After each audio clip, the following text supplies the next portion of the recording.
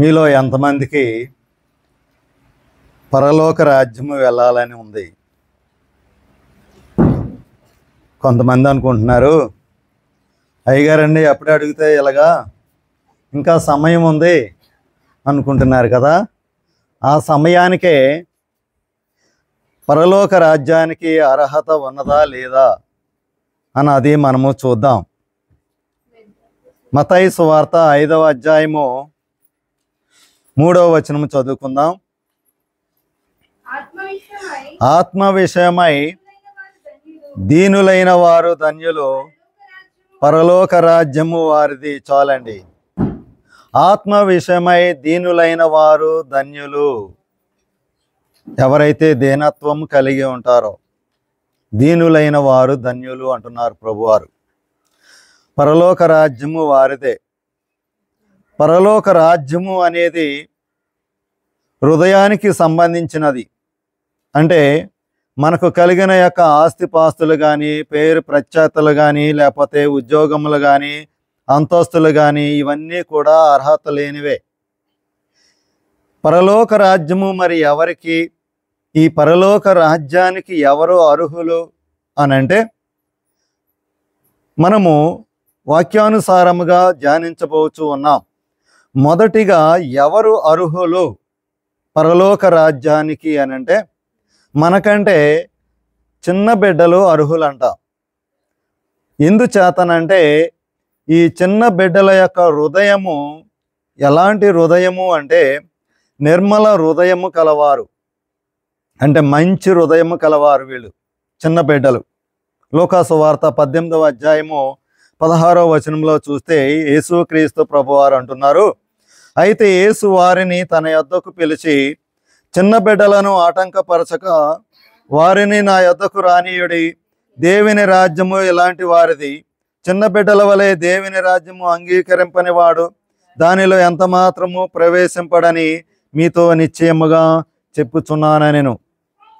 ఇక్కడ పరలోక రాజ్యానికి అర్హత కలిగిన వారు మొదటి వరుసలో ఉన్నవారు ఎవరు అంటే చిన్న పిల్లలు, వారి యొక్క హృదయము.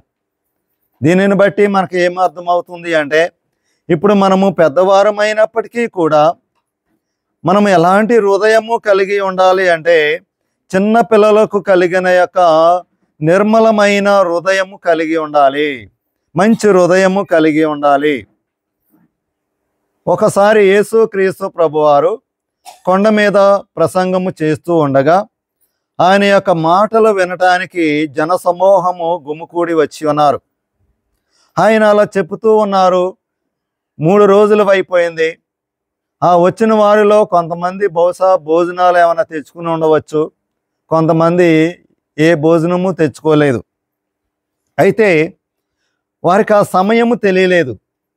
వరుసపెట్టి 3 రోజులు ఆయన ప్రసంగం చేస్తూనే ఉన్నారు.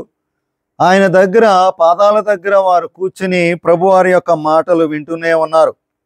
3వ రోజు అవగానే ప్రభువారు వారికి కలిగిన యొక్క ఆకలిని బట్టి వారి ఆకలినే ప్రభువారి యొక్క ఆకలిగా భావించి, వీరిని ఉత్తి కడుపుతో పంపితే, ఆకలితో పంపితే బాగోదు అని చెప్పి ఆయన జాలి చూపించి వారి యొక్క శిష్యులను పిలిచి వీరికి ఆహారము సిద్ధము చేయడి అని అడుగుతారు. అప్పుడు వాళ్ళు ఏమి కలిగి ఉన్నారు అంటే అవిశ్వాసము కలిగి ఉన్నారు. వారు అంటున్నారు, ప్రభువా, ఇన్ని వేల మందికి ఆహారము ఎక్కడి నుంచి తీసుకుని వస్తాము? అసలే ఇది పర్వత ప్రాంతము, కొండ ప్రాంతము, దగ్గరలో కూడా ఏమీ లేవు అని ఉచిత సలహా ఏమని ఇస్తున్నారు అంటే, మనం ఎవరు పడతాం ఇంత ఇబ్బంది, ఎవరి దారిన వాళ్ళు వెళ్ళిపోమని చెప్పండి ప్రభువా అని చెప్పి శిష్యులు చెప్పారంట. ఇక్కడ జరిగిన సంఘటనలో ఒక చిన్న బాలుడు కూడా ఆ పర్వత ప్రసంగాన్ని దగ్గరికి వచ్చి ఉన్నాడు.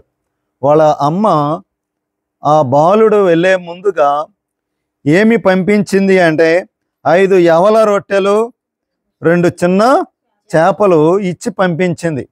ఈ చిన్న బాలుడి యొక్క నిర్మల హృదయము చూడండి. ఇది చూసిన ఈ బాలుడు నా దగ్గర 5 రొట్టెలు 2 చిన్న చేపలు ఉన్నవని ఆ శిష్యులకు చెప్పినప్పుడు ఆ చిన్న బాలుని తీసుకుని యేసుక్రీస్తు ప్రభువారి వద్దకు ఆ శిష్యులు తీసుకుని వచ్చినప్పుడు ఆ చిన్న బాలుడి దగ్గర 5 రొట్టెలు 2 చిన్న చేపలు ఎంతమందికి సరిపోతాయండి? సరిపోతాయా? చాలవు. కానీ ప్రభువారు ఆ చిన్న బాలుని దగ్గర చేర్చుకొని ఆ 5 రొట్టెలు 2 చిన్న చేపలను తీసుకొని ఆయన యొక్క హస్తంలోనికి వాటిని తీసుకొని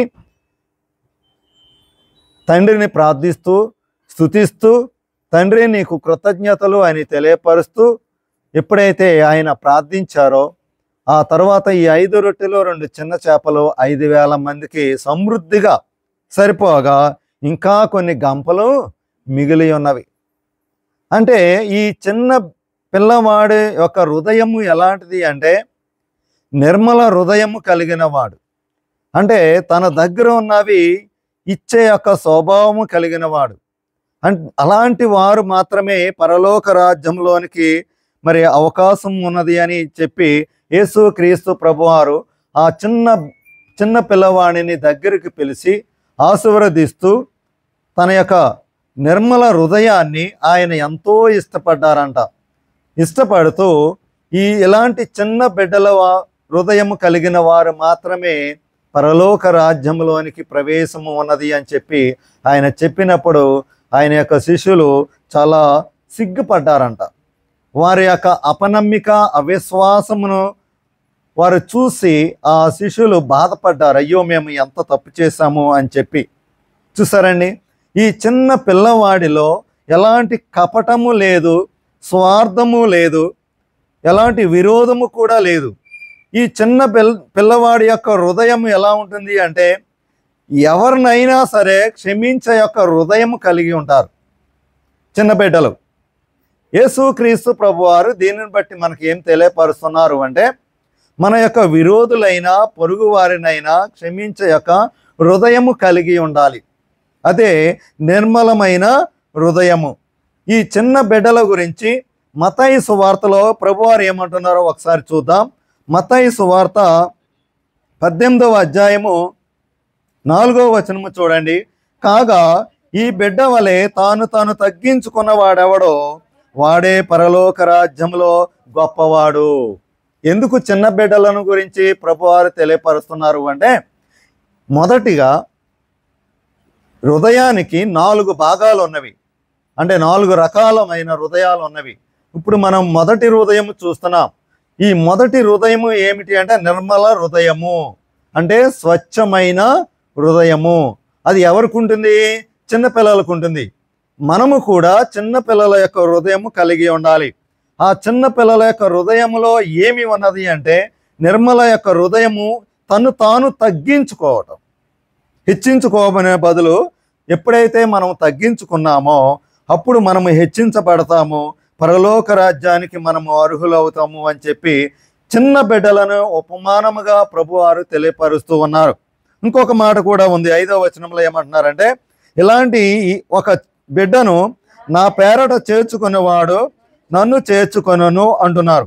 అంటే ఈ చిన్న బిడ్డలను అంటే మంచి హృదయం కలిగిన వారిని మనము ఎప్పుడైతే స్వీకరించామో అప్పుడు యేసుక్రీస్తు ప్రభువారిని మరియు ఆయన యొక్క తండ్రిని కూడా మనము స్వీకరిస్తామంట. ఎవరైతే ఇలాంటి హృదయం కలిగిన వారిని స్వీకరించరో ప్రభువారు ఏమంటున్నారంటే మీరు ఎలాంటి అర్హత లేదు మీకు, మీరు నన్నును స్వీకరించలేరు, నా తండ్రిని కూడా స్వీకరించలేరు అంటున్నారు. ఇంకొక మాట కూడా చూద్దాం. 18వ అధ్యాయంలోనే ఎందుచేత ఈ మాటలు చెప్తున్నారు అంటే చిన్న బిడ్డలు తగ్గించుకుంటారంట, వారిలో తగ్గింపు ఉన్నది. అలాగే చిన్న బిడ్డలలో విశ్వాసము ఉన్నది, నమ్మకము ఉన్నది. చిన్న బిడ్డలలో ఆధారపడే యొక్క స్వభావం ఉన్నది. వీరు ఎవరి మీద ఆధారపడతారు? చిన్న బిడ్డలు తల్లిదండ్రుల మీద ఆధారపడతారు. అందుచేత చిన్న బిడ్డలు దేవుని యొక్క రాజ్యాన్ని అంగీకరిస్తారంట. 6వ వచనంలో చూడండి, ఈ చిన్న వారిలో ఒకరిని అభ్యంతపరచువాడెవడో వాడు మెడకు పెద్ద తిరుగటి రాయి కట్టుబడిన వాడై మిక్కిలి లోతైన సముద్రంలో ముంచివేయబడుట వానికి మేలు. ఎవరైతే ఈ నిర్మల హృదయము కలిగిన చిన్న బిడ్డల లాంటి వారిని చూసారండి, అలాంటి హృదయము కలిగిన వారిని అభ్యంతరపరుస్తారో వాళ్ళు ఏం చేయాలంట? వాళ్ళ మెడకి ఏం కట్టుకోవాలి? పెద్ద తిరుగటి రాయి కట్టుకుని దేంట్లో దూకేమంటున్నారు ప్రభువారు? లోతైన సముద్రము. ప్రపంచంలో లోతైన సముద్రం ఏదండి? పసిఫిక్ మహాసముద్రం అండి. ఇప్పుడు ఎవరైతే ఈ నిర్మల హృదయము లేని వారు వాళ్ళ మెడకేం కట్టుకోవాలి? పెద్ద తిరుగటి రాయి కట్టుకుని ఆ సముద్రంలో దూకేయాలి. అంటే ఇంకా పైకి రాం, లోతైన సముద్రంలో దూకమంటున్నారు. అంటే పరలోక రాజ్యానికి అర్హత కలిగి ఉండాలి అంటే మనము ఎలాంటి హృదయము కలిగి ఉండాలి అంటే నిర్మల హృదయము కలిగి ఉండాలి, మంచి హృదయము కలిగి ఉండాలి. ఇది మొదటిది. రెండవదిగా చూస్తే పరలోక రాజ్యానికి అర్హత, రెండవ అర్హత ఏమిటి అంటే ఒక పేద విధవరాలు గురించి ప్రభువారు చెప్తూ ఉన్నారు. ఎక్కడ మనకి కనిపిస్తుంది అంటే లూకాసు వార్త 21వ అధ్యాయము 2వ వచనములో ఎలాంటి హృదయము అంటే నిష్కపటమైన, ఎలాంటి హృదయం అంటండి? నిష్కపటమైన హృదయము. మొదటిది ఏంటంటే నిర్మలమైన హృదయము, నిష్కపటమైన హృదయము. ఈ పేద విధవరాలలో ప్రభువారే స్వయంగా చూస్తూ ఉన్నారు. 2వ వచనంలో ఏమైనా ఉందంటే ఒక పేద విధవరాలు 2 కాసులు అందులో వేయిచుండగా చూసి, ఇక్కడ ఎవరు చూశారు? చూసి అంటే ఇక్కడ ఎవరు చూస్తున్నారు? యేసుక్రీస్తు ప్రభువారే చూస్తున్నారు స్వయంగా.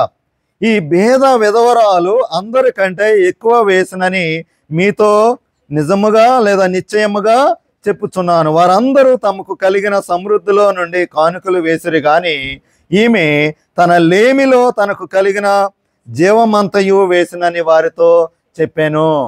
ఒక రోజున ఆలయం దగ్గరికి వెళ్ళారు ప్రభువారు.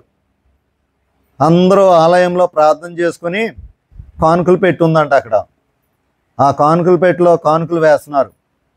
ప్రభువారు అలా పార చూస్తూ ఎవరు ఎంత వేస్తున్నారు, ఎలా వేస్తున్నారు ఆ కానుక పెట్టిలో అని చెప్పి చూస్తున్నారంట. అలా చూస్తున్నప్పుడు ప్రభువారు ఒక ఆమెను చూశారు. ఆమె ఎవరు అంటే పేద విధవరాలు. మిగిలిన వాళ్ళు చాలా వేశారండి, ఎక్కువ వేశారు. ఈమె కంటే ఎక్కువ వేశారు. ఈమె దగ్గర 2 కాసులు ఉన్నవి. ఆమె కష్టపడి సంపాదించుకుంది. ఆ తర్వాత మళ్ళా కొద్ది రోజులు ఆమె జీవనం గడుపుకోవడానికి ఆ 2 కాసులు మాత్రమే ఉన్నాయి. అవి పట్టుకుని దేవాలయానికి వచ్చింది. ఆమె వచ్చిన తర్వాత ఎలాంటి హృదయము ఈమె కలిగి ఉన్నది అంటే నిష్కపటమైన హృదయము కలిగి ఉంది. ఇంకెలాంటి స్వార్థము లేదు. తర్వాత ఫ్యూచర్ గురించి ఆలోచించట్లా, రేపు నాకు ఎలాగా ఈ 2 వేసేస్తాయని ఆలోచించలేదు. మిగిలిన వాళ్ళు తక్కువ వేయలేదని కాదు, ప్రభువారి యొక్క దృష్టిలో మిగిలిన వాళ్ళు కూడా వారికి కలిగిన దానిని బట్టి వారు వేశారు. ఈమె ఏం చేసిందంటే ఆమె దగ్గర ఉన్న 2 కూడా ఆ కానుకల పెట్టెలో వేసేసింది.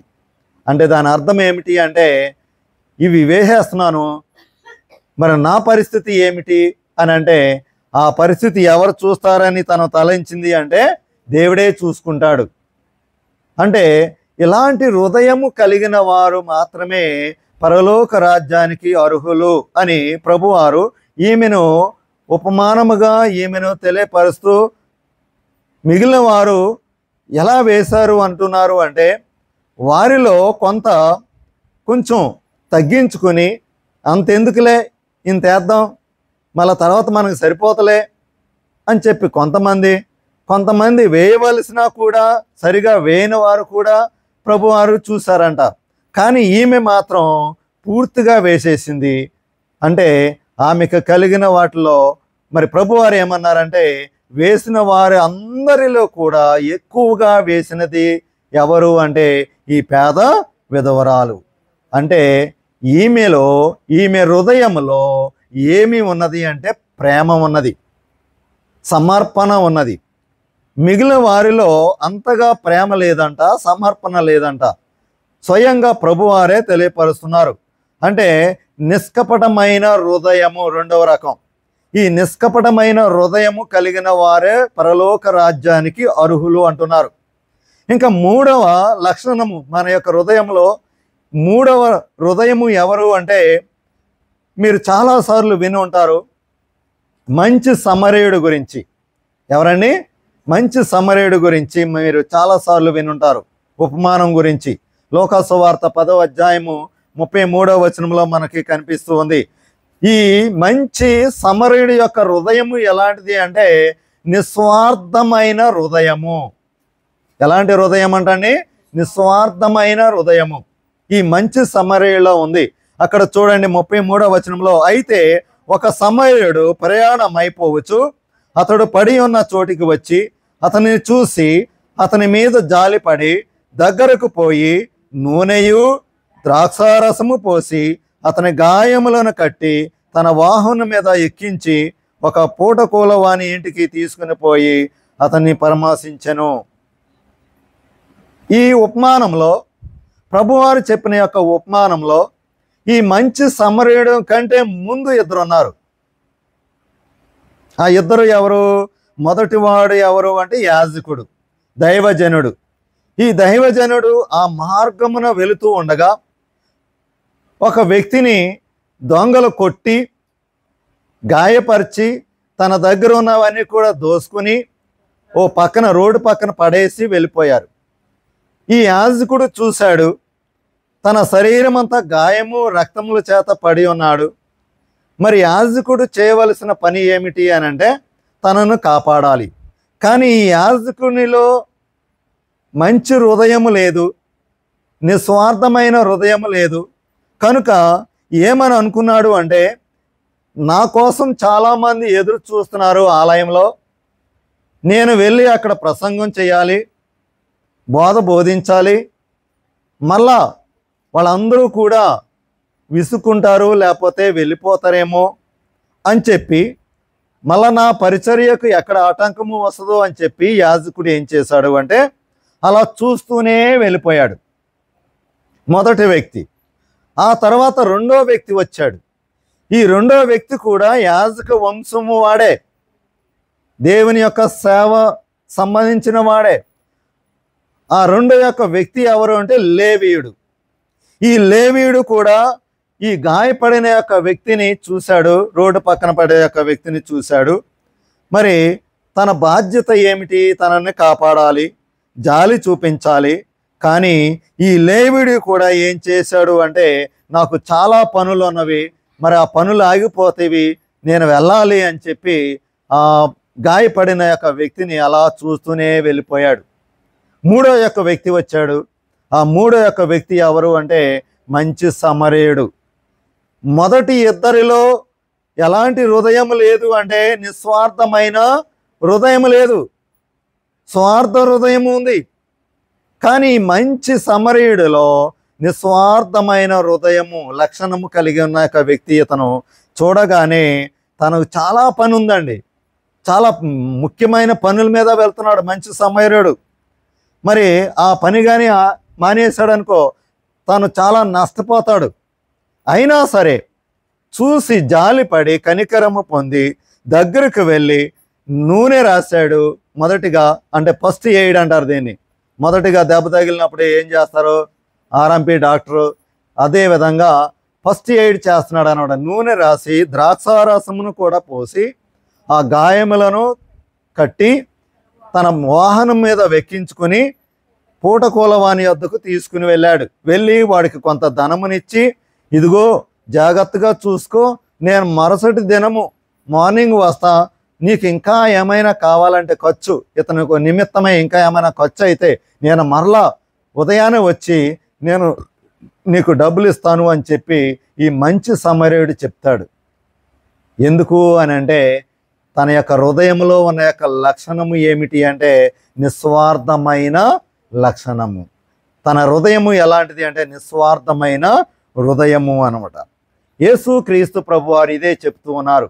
మన హృదయము ఎలా ఉండాలి అంటే నిస్వార్థమైన హృదయము ఉండాలి. నీ వలే నీ పొరుగు వారిని ప్రేమించవలెను. అలాంటి వాడికే పరలోక రాజ్యానికి అర్హత కలిగి ఉంటారు. అందుచేత ఈ మంచి సమరయుడు మరి హెచ్చింపబడ్డాడు, పరలోక రాజ్యానికి అర్హత పొంది ఉన్నాడు. మత్తయి సువార్త 5వ అధ్యాయము 7వ వచనంలో చూస్తే ఒక మాట ఉన్నది. అది ఏమిటి అంటే, కనికరము గలవారు ధన్యులు, వారు కనికరము పొందుదురు. ఎవరైతే కనికరం చూపిస్తారో వారు తిరిగి మళ్ళా దేవుని ద్వారా కనికరము పొందుతారంట. పరలోక రాజ్యము వారిది. చివరిగా మన హృదయంలో కలిగిన యొక్క ఇంకొక లక్షణము చెప్తా. ఈ లక్షణము కూడా కలిగి ఉన్నవారు పరలోక రాజ్యానికి అర్హులు అంటున్నారు. లూకాసు వార్త 18వ అధ్యాయము 13వ వచనము చూడండి. అయితే సుంకరి దూరముగా నిలబడి ఆకాశము వైపు కనులెత్తుటకైనను ధైర్యము చాలక రొమ్ము కొట్టుకొనుచు, దేవా, పాపినైన నన్ను కరుణించమని పలికెను. చూసారండి, ఇక్కడ సుంకరి కంటే ఇంకొక వ్యక్తి ఉన్నాడు. ఆ వ్యక్తి ఎవరు అంటే పరిచయుడు. ఇద్దరు దేవాలయానికి వెళ్ళారండి. వెళ్ళి ప్రార్థన చేస్తున్నారు. ఈ ఇద్దరు ప్రార్థన ఎలా ఉంది అని అంటే, ఒకటిది స్వార్థపూరితమైన అసూయ కలిగిన హృదయము కలిగి ఉన్నాడు, ఆడే పరిచయుడు. కానీ ఇక్కడ సుంకరి యొక్క హృదయము ఎలా ఉంది అంటే నీతి గల హృదయము కలిగి ఉన్నాడు. ఈ ఇద్దరు దేవుని యొక్క ఆలయంలో ప్రార్థన చేస్తూ ఉన్నారు. మొదటివాడు ఏమని ప్రార్థన చేస్తున్నాడు? దేవా, నేను చోరు అంటే మిగిలిన దోపిడీ దొంగల లాంటి వాడిని కాను, అన్యాయస్తుడిని కాను, వ్యభిచారులనైనను ఇతరుల మనుషులవైనను ఈ సుంకరి వలెనను. మళ్ళీ పక్కని ఏలు పెట్టి చూపిస్తున్నాడు. చూసారా, నేను చాలా గొప్పని అని హెచ్చించుకుంటున్నాడు. కానీ యేసుక్రీస్తు ప్రభు వారు ఏమంటున్నారంటే, తను తాను హెచ్చించుకున్నవాడు తగ్గించబడను, తను తాను తగ్గించుకున్నవాడు హెచ్చించబడను అని ప్రభువారు చెప్తున్నారు. ఈ పరిసర్యుడు ఏం చేస్తున్నాడంటే హెచ్చించుకుంటున్నాడు. తను హెచ్చించుకున్నాడు కాబట్టి తర్వాత ఏమైంది? తను తగ్గించబడ్డాడు. ఎదుటివారిని వేలు పెట్టి, ఇదిగో ఈ సుంకరవాడి వాళ్ళే కాదు, నేను చాలా మంచివాడిని, గొప్పవాడిని అని హెచ్చించుకుంటూ దేవునికి ప్రార్థన చేస్తున్నాడు. కానీ ఆ ప్రార్థన దేవుడు స్వీకరించలా, ఒప్పుకోలే, దేవుని దగ్గరికి వెళ్ళలేదు. ఆ ప్రార్థన తిరస్కరించబడింది. కానీ ఈ సుంకరి మరి ప్రార్థన ఎలా ఉంది అంటే, దేవుని ఆలయంలోనికి లోపలికి వెళ్ళటానికే భయపడుతూ లోపలికి వెళ్ళిన తర్వాత తన కన్నులు ఆకాశం వైపు ఎత్తటానికి భయపడుతూ, చూడండి ఎందుకు భయపడ్డాడు అంటే, తనలో ఉన్న కొంత దోషము కానీ, తప్పిదములు కానీ, పాపములు కానీ ఏవైతే ఉన్నాయో వాటిని బట్టి దేవుని వైపు కనులెత్తి చూడటానికి భయపడుతూ ఏమని ప్రార్థన చేస్తున్నాడు? రొమ్ము కొట్టుకుంటున్నాడు. ఏం కొట్టుకుంటున్నాడు అంటని? రొమ్ము కొట్టుకుంటున్నాడు. దాని అర్థం ఏంటంటే, దేవా, నన్ను క్షమించు, నేను తప్పు చేశా, దేవా, పాపినైనా నన్ను క్షమించు అంటున్నాడు.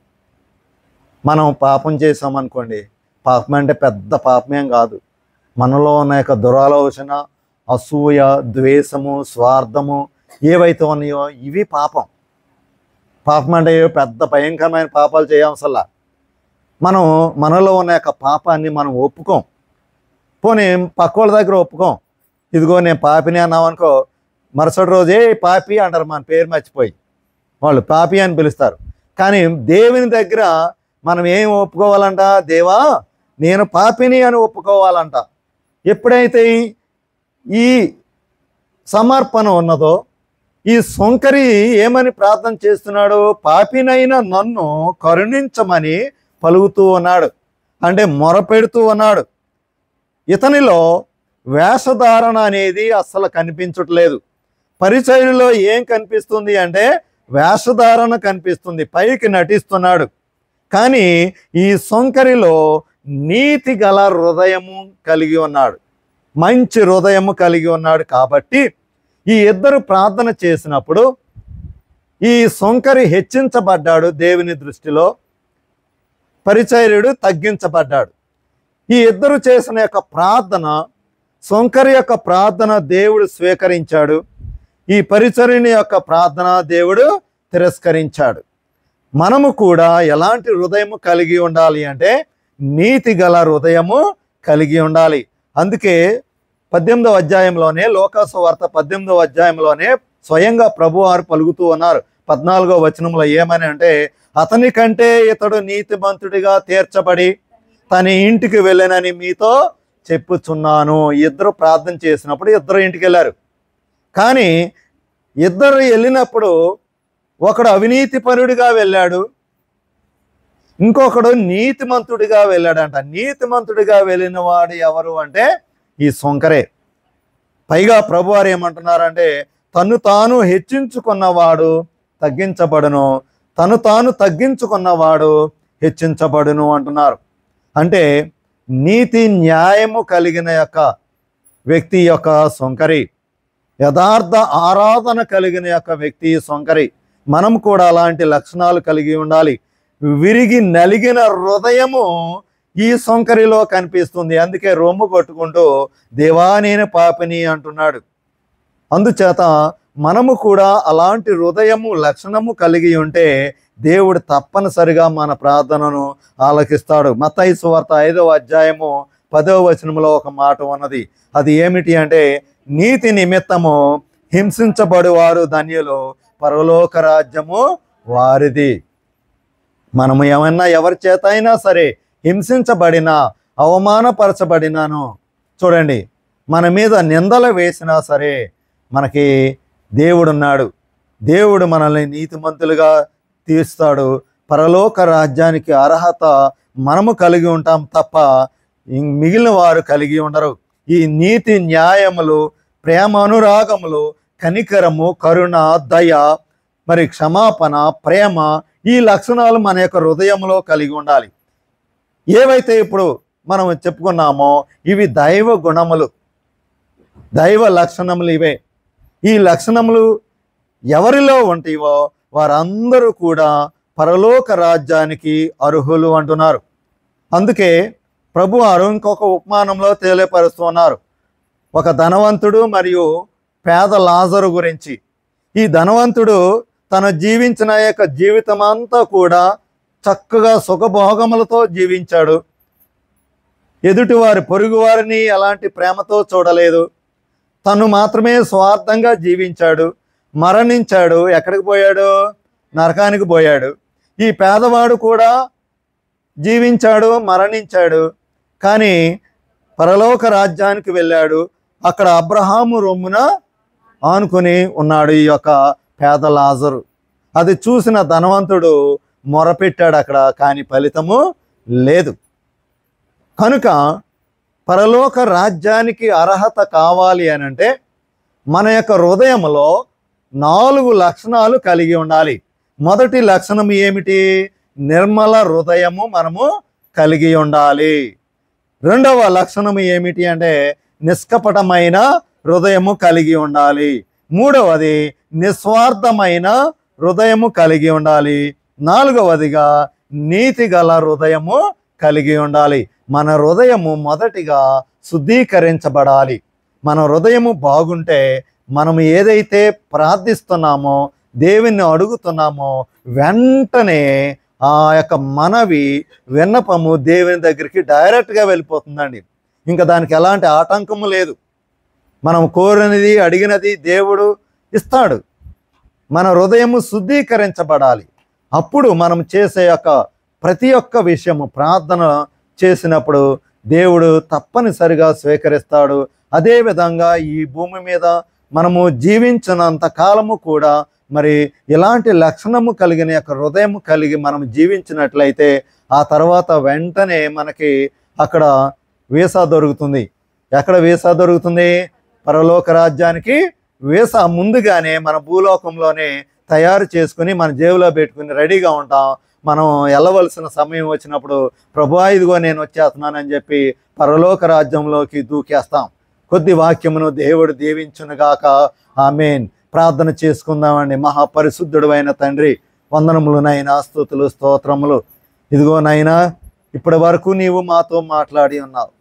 పరలోక రాజ్యానికి అర్హత ముఖ్యంగా హృదయము ఎలాంటి హృదయము, ఆ హృదయములో ఎలాంటి లక్షణములు కలిగి ఉండాలి. అవును తండ్రి, మానవులమైన మేము చాలాసార్లు మరి తప్పిపోయి మరి చిన్నపాటి లోపము వలన పాపములో మేము చేసి ఉన్నాము తండ్రి. మమ్మలను క్షమించు నాయనా. ఏ ఒక్కడు కూడా నీతిమంతుడు లేడు అని తెలియపరిచి ఉన్నావు. ఈ భూమి మీద అందరూ కూడా అవినీతి పరులే. మరి మమ్మలను నీతిమంతులుగా తీర్చిదిద్దడానికి నాయన మా హృదయమును శుద్ధీకరించి నాయన కూడి వచ్చిన బిడ్డలను తండ్రి దీవించు నాయన. వారిలో ఏమైనా లోటుపాట్లు ఉంటే ఇప్పుడే మరి తీసివేసి నాయన బిడ్డలను శుద్ధీకరించి నాయన. బిడ్డలు నిన్నేవైతే అడుగుచూ ఉన్నారో నాయన, ఈ సన్నిధానానికి అడుగుపెట్టిన ప్రతి ఒక్క బిడ్డను తండ్రి దీవించి ఆశీర్వదించు నాయన. నీ మహిమ గల హస్తములు వారిపై చాపి నాయన దీవించు నాయన. వారి కుటుంబాలను, బిడ్డలను దీవించు నాయన. వారి సమస్యలను తీసివేయి నాయన. లేమిని కొట్టివేయి నాయన. బిడ్డల కొరకు వారు ఏవైతే అడుగుచున్నారో బిడ్డలను దీవించు తండ్రి నైనా. నీకు వందనములు. ఆరోగ్యము, ఆయుష్ను ఇవ్వు తండ్రి నైనా.